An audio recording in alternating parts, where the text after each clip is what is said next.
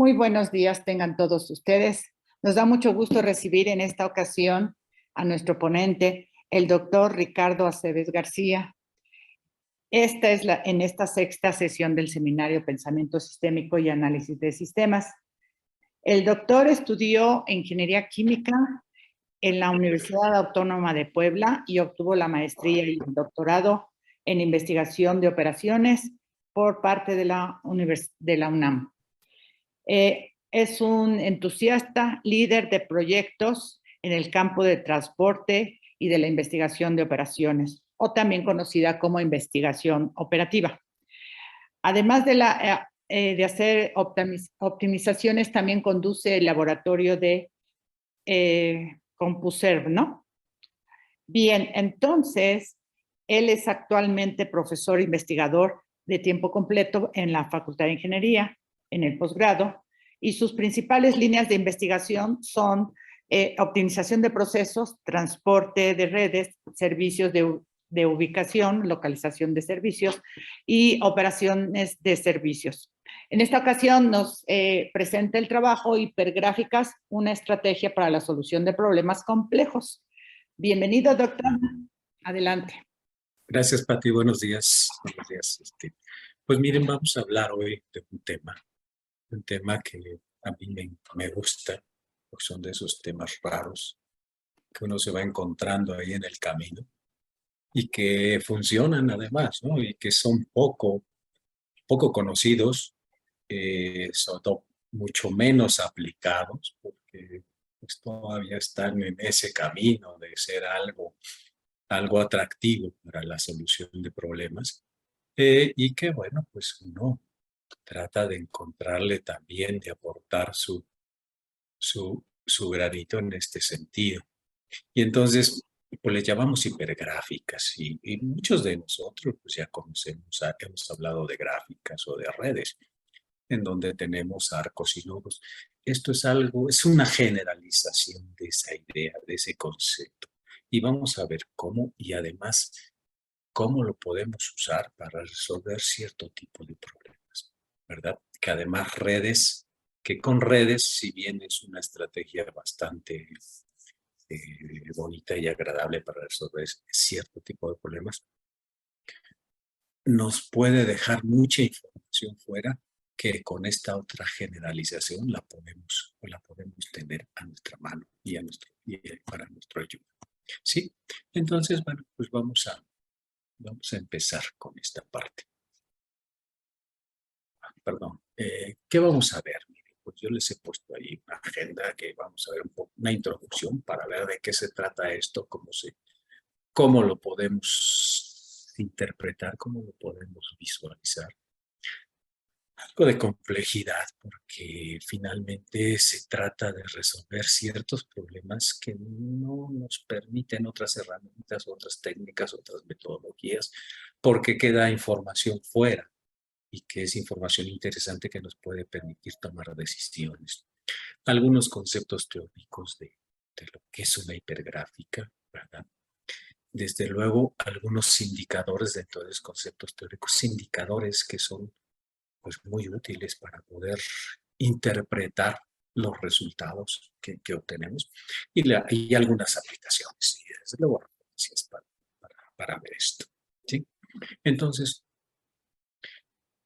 si pensamos si podemos considerar que como en la mayoría de las teorías matemáticas fructíferas, la de hipergráficas o hiperredes también como le llaman, tiene muchas aplicaciones.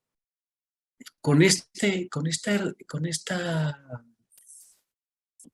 no le quiero llamar herramienta, porque se oye algo muy simple, ¿no? Con esta teoría podemos modelar muchos problemas prácticos en diferentes ciencias, en diferentes áreas de la ciencia.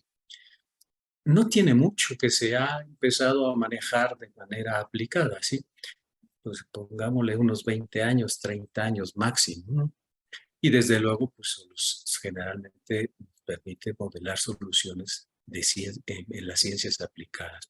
Y entonces encontramos algunas aplicaciones, desde luego en la parte académica, en psicología, mucho en genética, en ingeniería y también se ha utilizado mucho en interpretación de imágenes, ¿sí?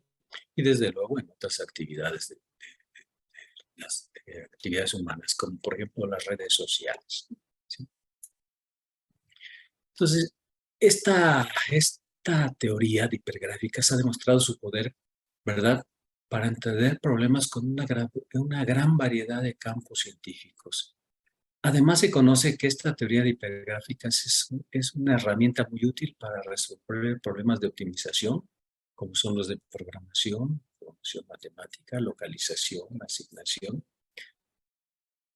Todos aquellos que tengan una parte combinatoria, por llamarlo de alguna forma. Y un poco para ver cómo funciona esto, si hablamos de problemas de aprendizaje automático, generalmente asumimos relaciones de pareja entre un par de objetos de interés. Entonces, dado un conjunto de objetos, ¿verdad? Los relacionamos por pareja y podemos ilustrarlos o podemos representarlos con una gráfica o una red, donde los vértices o nodos representan los objetos de interés, ¿verdad?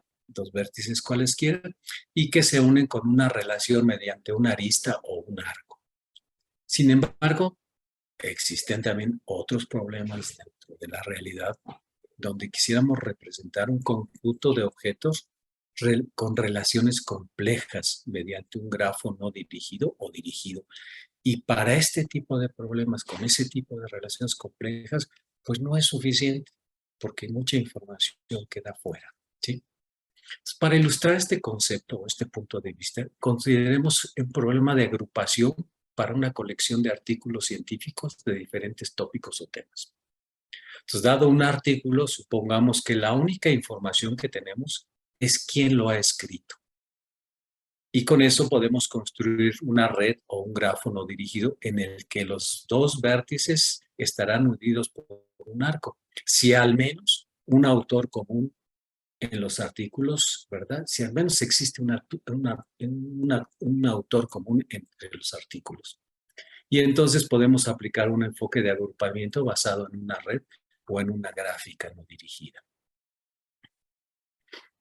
Desde luego, esta gráfica o esta red no dirigida se puede mejorar si le asignamos peso a los arcos, ¿no?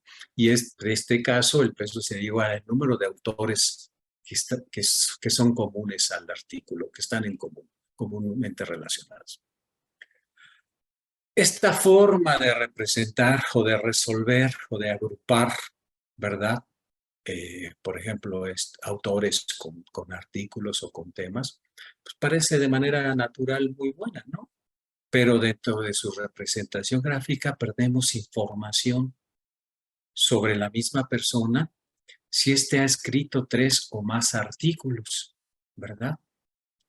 Y esta pérdida de información, ¿verdad?, se debe fundamentalmente a que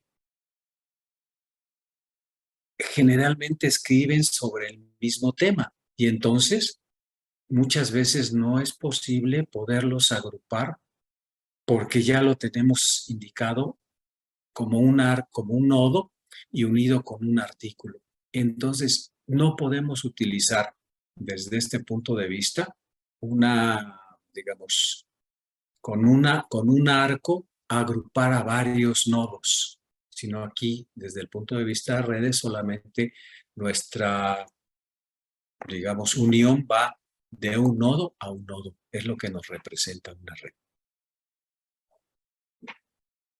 Y les decía, bueno, esta pérdida de información, ¿verdad?, es inesperada porque los artículos de la misma persona probablemente pertenecen al mismo tema y por tanto se pierde esta información que es útil para la tarea de agrupación, ¿sí? En consecuencia, bueno, lo que nosotros necesitamos pues es agruparlos de tal manera que nos permita que un arco nos permita agrupar a varios nodos. Y eso es lo que hace la hipergráfica, ¿sí? Entonces, por ejemplo, hagamos un ejemplo ahí muy rápido. Si nosotros tenemos un conjunto de autores, ¿verdad? Y un conjunto de artículos, a los que definimos como Vs minúsculas o Bs minúsculas, entonces las entradas a la matriz, o una representación de esto, de si el autor está en el artículo o viceversa, pues lo podemos representar mediante ceros y unos, ¿no? Mediante una matricita en donde por un lado tenemos a los autores y por otro lado tenemos a los artículos.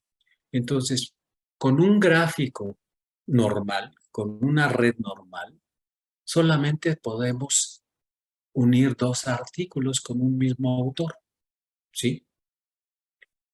Pero vean, si nosotros vemos y decimos que el autor es el arco, y entonces, y las Bs y las Vs son los artículos, entonces un autor que está en varios artículos, pues no lo vamos a poder incorporar con todos esos artículos en los que ha escrito, en los que es parte del tema, sino que solamente lo podríamos interpretar, por ejemplo, al autor 1, la primera columna, o con el tema 1 o con el tema 2, solamente unirlos, o con el tema 1 y con el tema 7, o con el tema 2 y con el tema 7. Entonces, de esa forma, en una gráfica normal, lo podríamos representar y perderíamos la información que él también está contenido o ha trabajado o está su nombre en otro artículo adicional. ¿Sí? Entonces, una forma de poder evitar esta pérdida de información, pues es utilizando o plantear el problema, modelarlo, perdón, como un problema, como una hipergráfica. En donde, ¿qué es una hipergráfica? Pues es una red, igual, es un grafo, en el que una arista o arco puede conectar más de dos vértices o no. Esto es, una arista o arco conecta un subconjunto de vértices. Y de esta manera nosotros sí podríamos conectar a todos los artículos en donde escribe un autor. Y entonces saber su productividad o saber en cuántos de ellos está trabajando.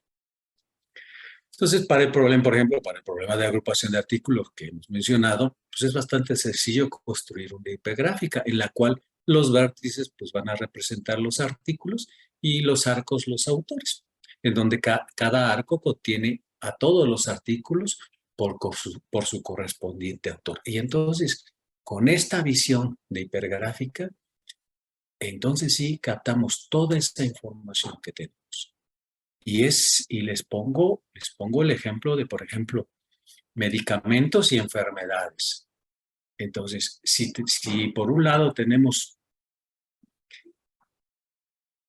que un hiperarco es un medicamento y que los nodos son las enfermedades, entonces podemos saber con ese medicamento qué enfermedades se pueden tratar, cuántas enfermedades se pueden tratar y determinar con alguna medida de centralidad su importancia y saber que si ese medicamento no existe en el mercado, va a dañar o va a tener consecuencia en todas estas personas que padecen esta enfermedad. ¿Sí? Entonces, es una forma de ver, ¿va? Es una forma de resolver este tipo de problemas en donde a través de un arco y una red normal, no es posible trabajarlo, ¿sí? Y además, pues igual que en una red normal, podemos considerar pesos positivos a los arcos, ¿verdad? Para codificar nuestro conocimiento previo sobre el trabajo de los autores, si es que lo tenemos en el caso del ejemplo anterior. Por ejemplo, una persona que trabaja una amplia gama de campos, podemos asignarle un valor relativamente pequeño a su arco, ¿verdad? A su arco correspondiente. Y entonces, la figurita que les muestro es esto. O sea, los círculos o no círculos, los óvalos, en este caso van a ser los hiperarcos. Y los puntos, ¿verdad? Que tenemos ahí, pues son, digamos, los nodos. Entonces, un arco puede agrupar a distintos nodos, ¿sí? Y como ven, esta interacción entre arcos y nodos se puede representar de cualquier forma. Entonces, ese es el ejemplo de cómo podemos trabajar con una hiperred, cómo podemos modelar con una hiperred. ¿Sí? A ver, permítanme. ¿Sí?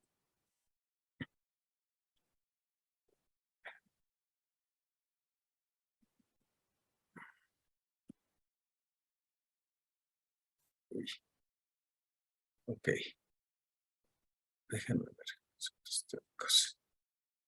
Antes, permítame, entonces, estamos aquí de complejidad. Ahora, bueno, si hablamos de complejidad, hemos dicho que esto es muy útil para problemas complejos, pero ¿cómo podemos hablar de complejidad? ¿Sí? O sea, en cuanto a la palabra complejo, para denotar algo complejo, no hay un consenso de qué es la complejidad, ¿sí? Y cómo puede surgir, sino donde hay más consenso es en que en algunas de las propiedades que tenemos más adelante, ¿sí? Entonces, por ejemplo, decimos que algo es complejo cuando hay muchas partes heterogéneas. ¿Qué significa eso? Por ejemplo, en una ciudad hay muchos actores, en una empresa también, en el clima que es cambiante, en los mercados. Por ejemplo, en la aparición inesperada o imprevisible de algo, sistemas químicos o en accidentes. En la dinámica dependiente de la trayectoria, por ejemplo, en la evolución, en las elecciones, en personalidades, en la guerra. La conectividad de una red, por ejemplo, las epidemias, las copias, las redes directoras de empresas, ¿sí? En dependencias de múltiples subsistemas, por ejemplo, en ciudades, otra vez, ecosistemas, la parte financiera. Subsistemas que evolucionan conjuntamente, por ejemplo, el uso de suelo, el transporte. De esa manera, en la mayoría de estos sistemas reales se presentan, y en la mayoría de los problemas que tenemos, generalmente se presentan alguna de estas características o varias, que sería lo más complicado. Y cualquiera de ellas que se encuentre dentro del problema que vamos a analizar o que queremos analizar, hace que este tipo de sistemas o este tipo de problemas parezcan complejos. Pero si encontramos más de una, encontramos un grupo de ellas, pues hace que los sistemas sean mucho más difíciles de entender, predecir, diseñar, controlar y gestionar. Y así digamos, el controvertido término de complejidad puede ser más una construcción social que una propiedad absoluta, que se inscribe en una epistemología interpretada que ofrece una de las muchas formas posibles de entender el mundo, todas ellas con cierto grado de validez. Además, la existencia de muchas interpretaciones sugiere la posibilidad de que el conocimiento y la ciencia se sitúen en un metanivel por encima de las interpretaciones particulares. Entonces, yo quería entrar un poco en este tema como para decir, bueno, la complejidad está metida en todos lados, no es una característica particular de cierto tipo de problemas, ¿sí? Sino que está metida en muchas cosas, en muchos problemas, en muchos temas, y que, bueno, pues con ella tenemos que lidiar de alguna forma, ¿sí? Y entonces, una de las formas con las que podemos lidiar dentro de este sistema, dentro de estos sistemas complejos, pues son las hipergráficas. Ya lo veíamos con el ejemplo de los autores y los artículos, ¿sí? Entonces, este tipo de teoría nos proporciona un formalismo apropiado para construir modelos fenomenológicos a partir de datos como un paso hacia el desarrollo de modelos teóricos, ¿sí? Y no tenemos más que una grafiquita ahí que nos puede interpretar ese tipo de situaciones, ¿sí? Ok, entonces vamos un poco, ya hablamos tenemos la idea y la intuición de qué es una hipergráfica, y más o menos cómo funciona. Ahora vamos a algunos, o sea, todo esto tiene una teoría muy robusta, no es nada más solo imaginación, solo percepción o solo intuición. No, tiene toda una teoría matemática muy robusta. Y de entrada, pues, vemos una definición, ¿sí? En donde sea una B, sea B un conjunto finito y sea E una familia de subconjuntos de B. Entonces, vamos a llamar a hipergráfica a la pareja vamos a llamarle H, a la pareja entre B y el par de puntos o par de elementos B y E. Donde B, ¿qué nos va a representar? Pues son los vértices o nodos, ¿sí? Y es el conjunto de aristas o arcos, donde se deben cumplir estas propiedades sociales. Las arcos, debe de haber arcos, o sea, no puede ser, no debe ser un conjunto vacío. Y la unión de todos esos arcos debe ser equivalente, debe ser igual al conjunto o a los subconjuntos de todos los vértices, ¿sí? Donde, bueno, el índice, ya saben, es el conjunto de subvértices. Entonces, podemos representar a las hipergráficas como conjuntos. Entonces, el conjunto de B para los vértices o nodos y el conjunto de E para las aristas o arcos, ¿sí?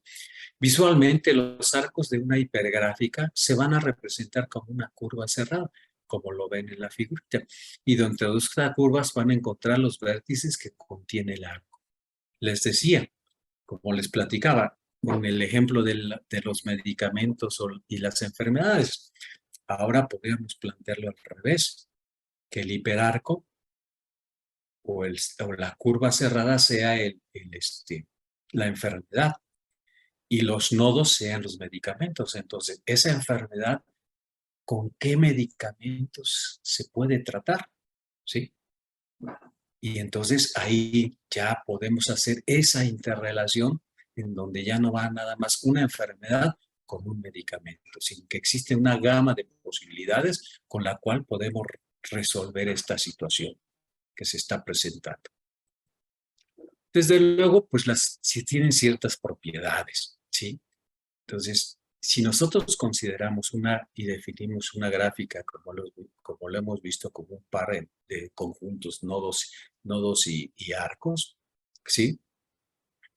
Entonces, igual que en las redes, tenemos una matriz de incidencia en donde ¿qué va a ser? Bueno, pues va a ser igual a 1, el arco va a ser igual a 1 si une algunos vértices y 0 otra cosa, si está ligado a un vértice. Y entonces, un ejemplo de una matriz de incidencia de una hipergráfica, pues la pueden ver aquí, en donde tenemos arcos y nodos, y los arcos pueden unir más de un par de nodos. En la gráfica normal, en la gráfica que conocemos hasta ahora, bueno, nada más se podían utilizar un par de nodos. Y esta matriz de incidencia era 1 y un -1 y los demás eran ceros. Y en este caso no. En este caso vamos a tener por renglón y por columna más de uno de ellos unidos con valores iguales a 1. ¿Sí? Entonces, pues no es más que la representación de la hipergráfica que tenemos al lado izquierdo. ¿Sí? Esta matricita. Desde luego, como cualquier problema de optimización y como cualquier problema de redes natural, existe un problema dual, en donde ¿cómo es la interpretación del problema dual? Pues ahora vamos a ver, como en la cosa de la medicina, ahora vamos a ver qué medicamento es el más importante para cubrir a cuántas enfermedades, ¿sí? Ahora lo analizamos al revés y eso nos permite dar información, nos permite tener información para poder tomar decisiones o para hacer políticas de lo que ustedes quieran, fundamentalmente para tomar decisiones, ¿sí? Y desde luego, pues tiene muchos, se conserva muchos de los conceptos teóricos de las redes normales, ¿sí?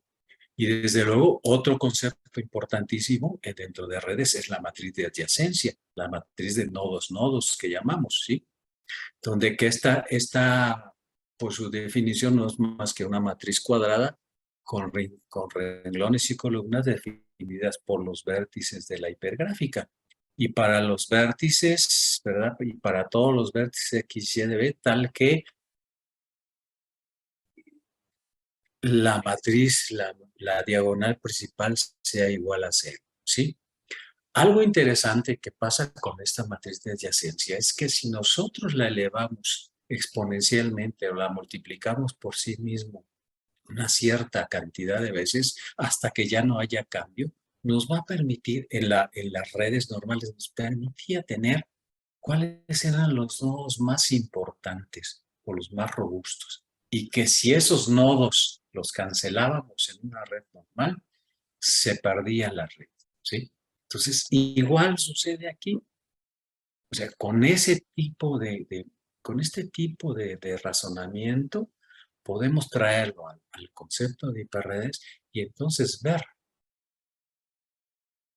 qué tanta importancia tienen los diferentes nodos o los diferentes arcos del problema que estemos resolviendo, ¿sí?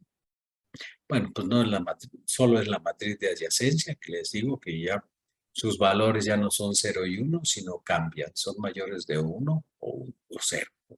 ¿Sí? En donde, ¿qué nos indica? Pues que el nodo 2 es uno de los más importantes, ¿sí? Por ejemplo. Y si la multiplicamos n veces por sí misma, pues nos tiene que dar cuál es el nodo básico que no puede eliminarse o que no puede fallar, porque entonces nuestra red se rompe, ¿sí? Y desde luego, pues todos los indicadores o algunos o la mayor parte de los indicadores que se tienen en redes los podemos traer aquí al concepto de hiperredes. Aquí lo interesante es cómo los interpretamos, porque eso es fundamental, ¿sí? Ahí solo teníamos un par de vértices unidos por un arco. Aquí vamos a tener un grupo de vértices unidos por un arco. ¿Sí? Y entonces, ¿qué interpretación le damos a todo eso? Eso, pues, dependiendo del problema que tratemos, ¿sí? Y entonces, pues tenemos igual algunos indicadores como vértice, la adyacencia, ¿no? Entre vértices, ¿sí? Como el orden de una hipergráfica, como el orden de una hipergráfica, como el tamaño de la hipergráfica, igual que tenemos el tamaño de una red o el tamaño de una gráfica. El rango, ¿verdad? Que nos indica igual la cardinalidad de las aristas, o sea, cuántas aristas o arcos tenemos, por ejemplo, en las enfermedades, cuántas aristas, cuántos arcos pueden curar un medicamento, o cuántos medicamentos tenemos que pueden curar este tipo de enfermedades. Igual, algo fundamental en redes son los indicadores de centralidad, ¿sí? Que nos van a servir o nos han servido para cuantificar la idea intuitiva de que en la mayoría de las redes algunos vértices o aristas son más centrales que otros. Y ese concepto de centralidad lo podemos o lo hemos interpretado como influencia, prestigio o control. Entonces, si le damos ese tipo de visión a todo esto, entonces un vértice puede ser un vértice que tenga una medida de centralidad fuerte, puede ser un vértice muy influyente, ¿no? O un vértice muy atractivo, ¿sí? O un arco con mucho control sobre otros vértices, ¿sí? Por ejemplo, dice, un vértice puede considerarse central si es muy necesario para el transporte de información dentro de la red o si está conectado con otros vértices importantes. Entonces, la intuición sobre centralidad denota un orden de importancia de los vértices o de las aristas, ¿sí? Y entonces, este tipo de indicadores lo podemos traer a hiperredes. Igual el de cercanía en redes sociales, pues trata de medir, por ejemplo, la cercanía de personas a todas las demás de la red. La persona con una distancia total mínima se considera a lo mejor o la más importante dependiendo del problema, ¿verdad? El centroide, el cálculo del centroide, por ejemplo, un problema de optimización Maximin, consiste en la ubicación más apropiada para el problema de localización competitiva, ¿sí? La excentricidad determina la ubicación que minimiza la distancia máxima a cualquier otra ubicación de la red. Entonces, todos esos conceptos, todos esos indicadores, los podemos traer a esta visión de hiperredes. Aquí lo importante es la interpretación que le vamos a dar a este tipo de indicadores, porque las cosas van a cambiar. Ya no nada más es un nodo, ya son varios nodos o es un arco que cubre varios nodos, ¿sí? En cuanto a aplicaciones, sabemos que la modelación es un aspecto importante, ¿verdad? En la comprensión de los sistemas físicos, ya sea discretos o continuos, ¿no? Los fundamentos matemáticos de la modelación pues, nacen del álgebra, de los conceptos de dualidad, del análisis complejo y real y de muchos otros áreas de las matemáticas. Dado que lo combinatorio o los problemas combinatorios es el denominador común de estas áreas que hemos mencionado, las áreas matemáticas, entonces estos paradigmas combinatorios son muy adecuados para expresar las propiedades matemáticas de los objetos físicos, ¿sí? Y desde luego, una hipergráfica puede modelar conceptos de diferentes ciencias en un entorno mucho más general que las redes normales. Además, nos va a ayudar a encontrar soluciones óptimas para muchos problemas de optimización nuevos. Mientras que los vértices representan elementos de un conjunto, ¿verdad? Las hipergráficas representan propiedades de diferentes conjuntos, o más generalmente, afirmaciones arbitrarias sobre conjuntos arbitrarios. Perdón. Dentro de las aplicaciones que pudiéramos plantear, por ejemplo, en el área de matemáticas, pues los nodos o vértices podrían ser un conjunto de números naturales del 1 al 100. Y los hiperarcos, pues no son más que los subconjuntos de números que tienen un divisor común mayor a 1 y un subconjunto para cada divisor común. Es una interpretación. Los nodos o vértices son un conjunto finito de puntos en la recta real. Los hiperarcos o las hiperaristas son algunos subconjuntos de los puntos que forman un intervalo en el ordenamiento de los puntos. Una hiperarista por cada uno de los subconjuntos o de los intervalos. En medicina, los nodos o vértices son enfermedades. Los arcos o las aristas son subconjuntos de enfermedades que pueden ser tratadas por algunos medicamentos. Un hiperarco por cada medicamento. Caso inverso, los nodos o vértices son medicamentos. Las aristas o arcos son subconjuntos de medicamentos que tratan algunas enfermedades. Entonces, un hiperarco por cada enfermedad. Y así podemos seguir interpretando algunas cosas. Por ejemplo, en sociología, los vértices son empleados de una empresa. Las aristas son los subconjuntos de personas que tienen algún interés común. Un subconjunto por cada interés. Otro pueden ser los vértices, son los intereses de los empleados de una empresa. Las aristas son los subconjuntos de intereses que tienen determinados empleados. Una arista por cada empleado. Por ejemplo, mapas geográficos. Los vértices son ciudades. Las aristas son las ciudades que están en la misma carretera. ¿Sí?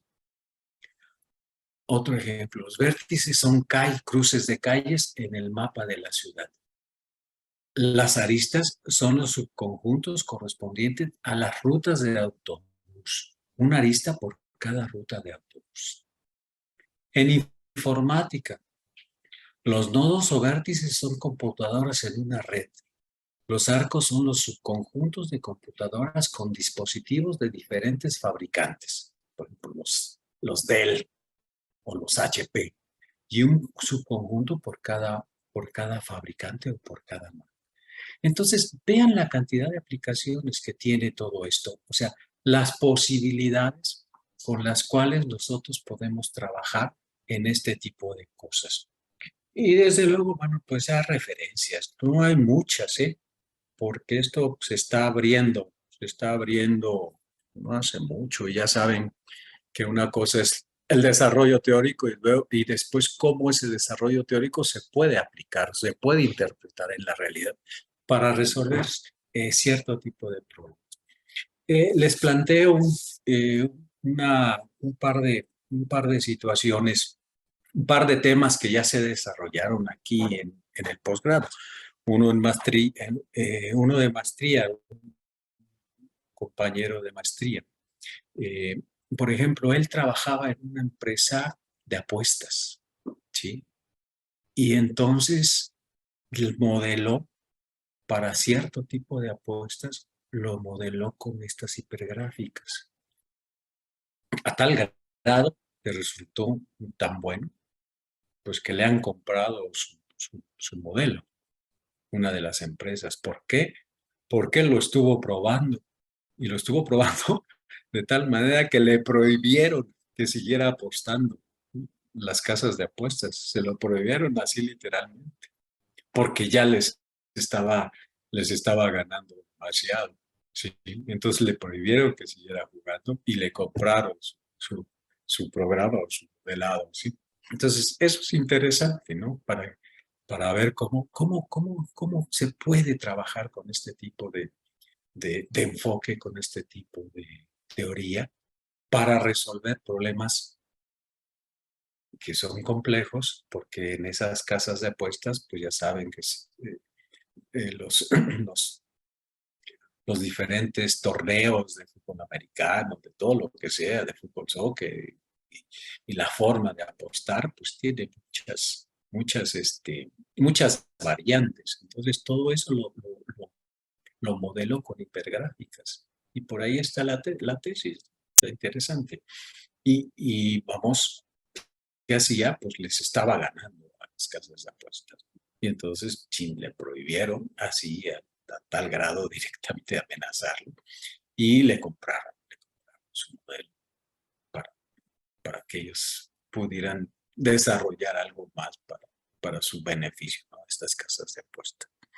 Bueno, pues miren, yo esto es lo que les he querido presentar por ahora como algo, pues, digamos, que no se conoce mucho. No quiero decir de actualidad, ¿no? Porque todavía no se conoce mucho. En ciertas áreas a lo mejor sí lo manejan, porque le digo, en la interpretación de imágenes, creo que se usa mucho, si revisamos la literatura, por ahí hay bastante información que se puede, o surge mucho de por ahí, ¿sí? En problemas de optimización, poco lo hemos trabajado, ¿sí? Poco se ha desarrollado por ahí. Me he encontrado algunos artículos, ¿verdad?, que han trabajado esto de redes. Y bueno, eh, pues por mi parte sería todo. Muchas Si gracias, tienen doctor. preguntas y algo, con gusto trataremos de comentarlas.